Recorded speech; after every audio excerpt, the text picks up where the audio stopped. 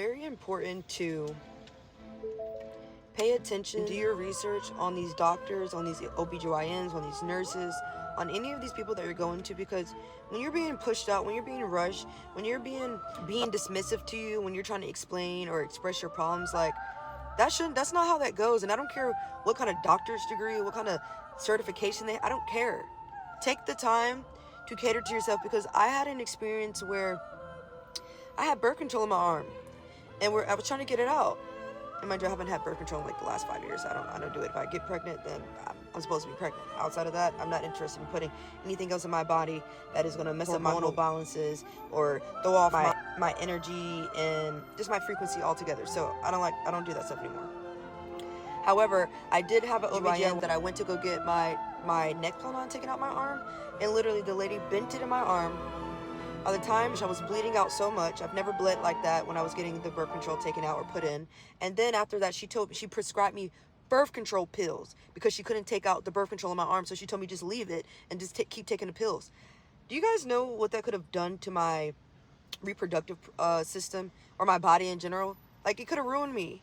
Thank God I had enough consciousness to go see someone else and get it taken out of my arm. And when I got it out, it looked like a candy cane. It was like bent like that, like a candy cane. And when it was put in, it was straight. It was supposed to be straight, not bent like a candy cane. And then I have another experience where I went to the OBGYN. And when the guy came in, this was like a new doctor that I had, and his attitude was just kind of like crappy. Like, he didn't seem like he cared. He was ready to get me in and out. And as we're talking, and it's just me and him talking, he made me feel uncomfortable. And so right in that moment, I spoke up for myself, and I said, you know what? I don't think I'm going to do this with you today. I said, I don't feel comfortable opening my mouth to you, so I don't believe I'm going to open my legs. I'm going to reschedule. I appreciate it, but thank you, and I'm ready to go. So I went up to the front, and apparently one of the ladies that was sitting up there heard me talking about what happened, and she was like, oh yeah, he had a bad day today. He was having a bad day. That does not matter.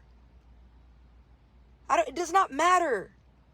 You should cater to your clients. You should cater to the people that are coming in and taking care of them. If you shouldn't, like, bro, never listen to these doctors if you don't feel good into your heart. I don't care how long they've been studying. You need to study too. Study yourself, study your body, study some natural holistic remedies. It's not always, they always want to send you to the doctor so they can make their money. But really, most times you need to just do some holistic healing. Go get in the gym. Drink some water. Eat some fruits. Change your diet. It's from the inside out that you change these things, not from the outside in.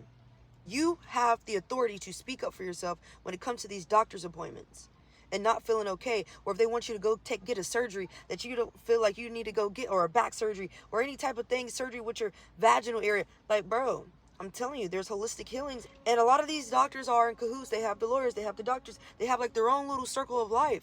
And they make sure they eat. They make sure they're good. So once again, if you're going to a doctor, nurse, OBGYN, dental, anything like that, and they're dismissing you, pushing you out, and they're not really listening to you clearly and letting you speak, especially if you've done your own research, get out of there, because they don't care about your body.